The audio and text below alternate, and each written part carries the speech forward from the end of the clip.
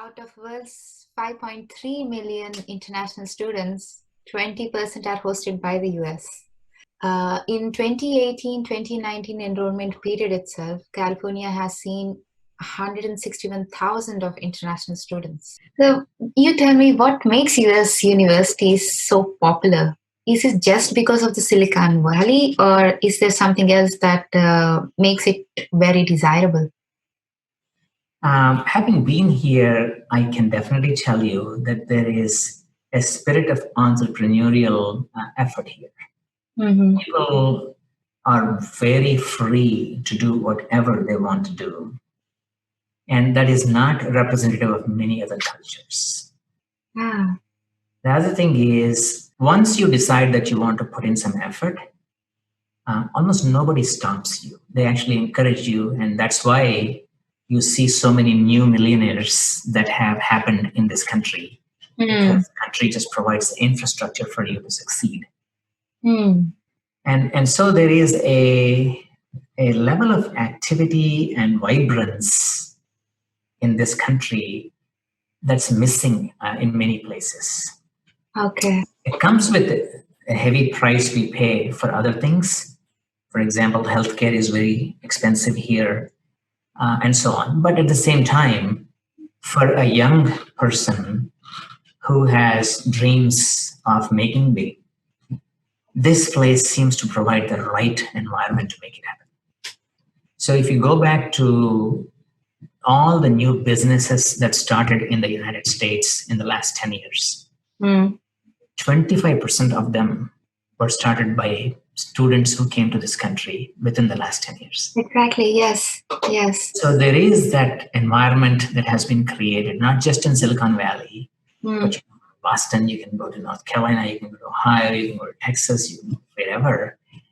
Somehow there is this environment that has been created where new ideas are embraced, people support you, and there is a fierce sense of freedom. They want freedom to do whatever they want to do. And that's different from any other country that at least I have seen.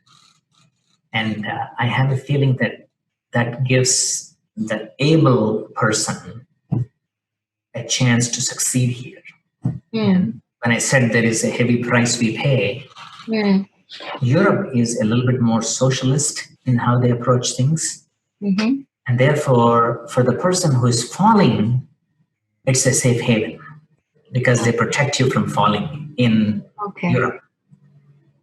In America, for the person who wants to climb higher, it's a safe haven because they push you up, but they won't protect you when you fall. Okay. So it's a big difference between the two cultures. So here you can start seeing billionaires being made every day, but then there are millions of people struggling to make ends meet. Yeah. Whereas when you go to Europe, they may not be having as many billionaires, but everybody is comfortable and assured of their lives. So the bottom is what the Europeans focus on, I think. At the top is what the US focuses on. That's an interesting analogy. In your opinion, as a dean and an actual witness who sees brewing talent on the campus, how significant is the contribution of these international students to the US innovation growth and in turn its economy? Absolutely, the highest levels. There is not a single thing we can think of in the US where immigrants have not played a significant role. And so if you go to Silicon Valley now, it's all foreign students who have finished their degrees and have joined. The folks who protested ordinance that we won't allow international students to stay in this country if they take online classes, the protesting people were all businesses saying that doesn't make sense because we survive because of these international students. Of course, just an hour ago, we got news that has been lifted and that's not going to be the case anymore. Oh, wonderful. Yeah. So there is a significant contribution that immigrants make. And it's not just at Silicon Valley level. If you go to gas stations around the country, a large portion of them are owned by immigrants. You go to motels in this country, a large portion of them are owned by immigrants. If you go to dry cleaner shops around the country, a large proportion are owned by immigrants. So they play a very, very big role in the economy. And also, I heard 46% of Nobel laureates from the US are immigrants. That's right.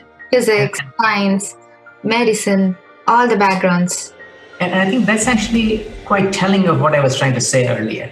That person who got the Nobel Prize in the US after having immigrated to this country would not probably have gotten a Nobel Prize if they stayed back where they were. This country just pushes you up to achieve the best you can in your life. Somehow the system allows for that. If they consider international students as such a valuable resource or talent pool, why do you think the government has come up with such a ban? So there are obviously two sides to every coin.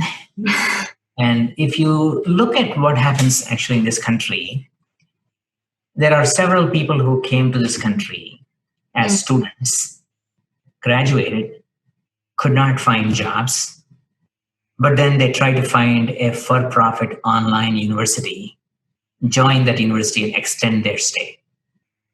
And that has been going on for a long time.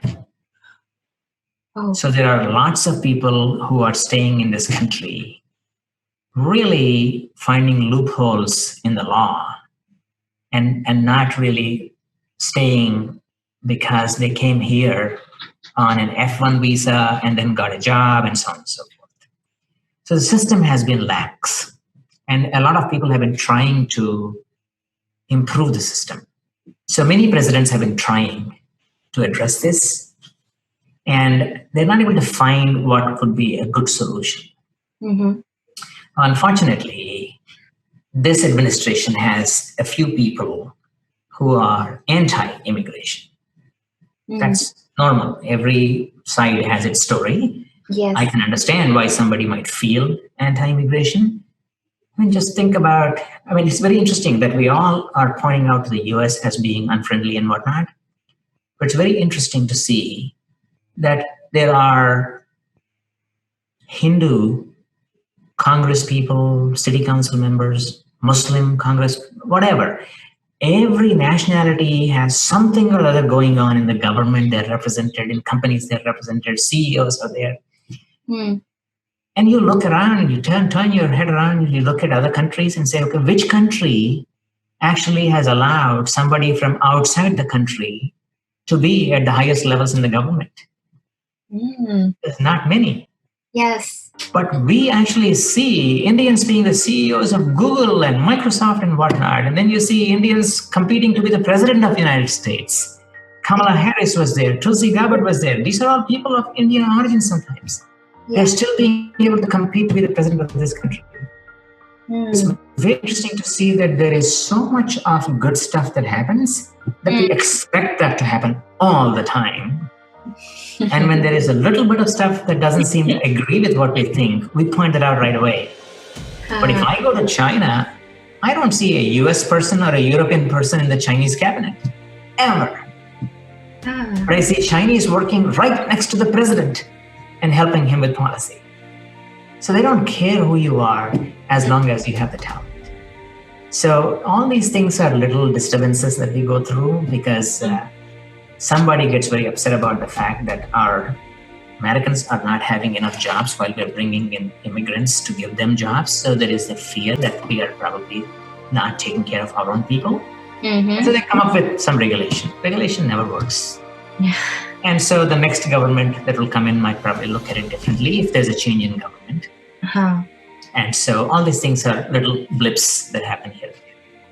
But I think the country as a whole continues to be very favorable to immigrants. And that is what matters. And I can tell you that I have not seen any other country that would allow you to become a citizen and do all the things that we do here coming from a different country as freely as it happens here.